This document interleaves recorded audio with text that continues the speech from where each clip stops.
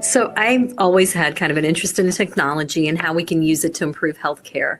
Having grown up in a small community, we didn't always have access to specialists, and especially pediatric subspecialists. And so what Arista's message really seemed to say to me resonated, that we can actually bring the physician to the patient, and essentially bring subspecialists and specialists to someone who may not otherwise have either the financial means to access them, the time, or both. And so when I was recruited, I believe someone had reached out to me, and once I understood what it was about, it was almost a no-brainer. It made a lot of sense. It really varies from month to month. It's been as few as 1 or 2 consults a month to as many as 5 or 6 a month. And so I would say probably somewhere between 2 and 6 a month. For the most part, 5 to 10 minutes.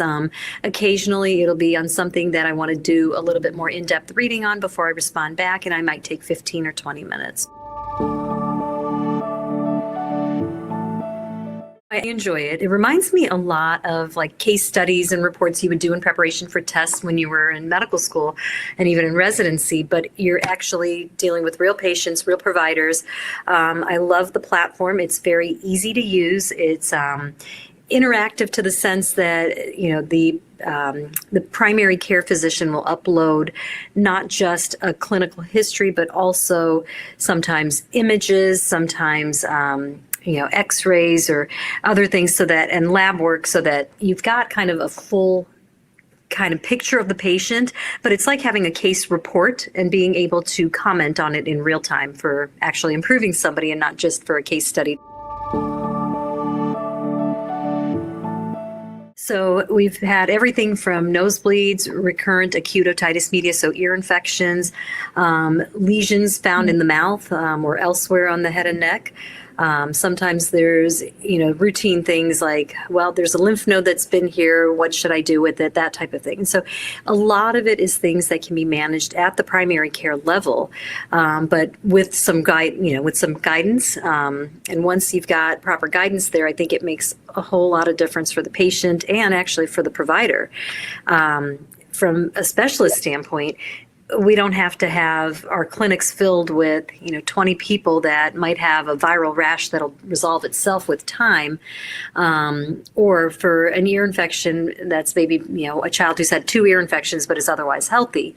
And from the PCP standpoint, I think it's reassuring to know that they've checked with someone who is a specialist and are making the right call. Even if they don't really feel like they need a consult, they've actually got essentially to some degree some reassurance. Typically lab work, depending upon the location that we're getting the consult from. Sometimes we'll get an audiogram.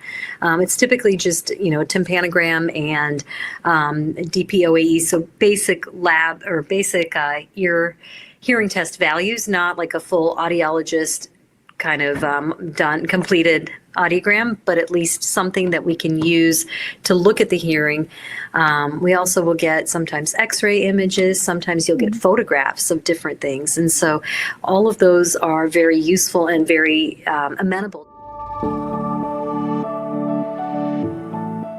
It is strictly with the doctors. There's no interaction with patients.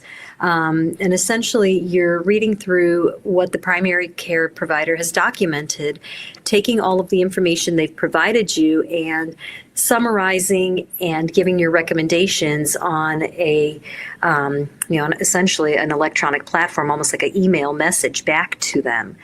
The nice thing is that if they have questions, they can email you back through the same platform and we can respond back. But it actually is a very easy system to use.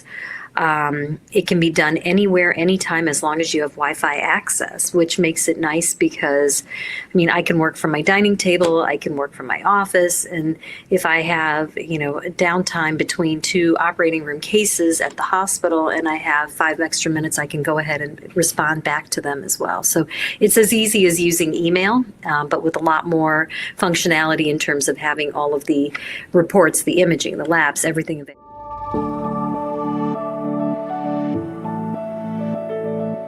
A lot of the patients that I get consulted on are Medicaid patients who traditionally have had to wait long wait times to get in to see a specialist. And so I'd like to think it makes a difference. And I know there was a recent study in my field, in the Annals of Rhinology and Laryngology. It was actually published back in 2020, where an academic center did a very similar type of concept where they did e-consults using their electronic medical system. And what they found was that 84% of those consults were actually something that the primary care physician could manage with a little direction.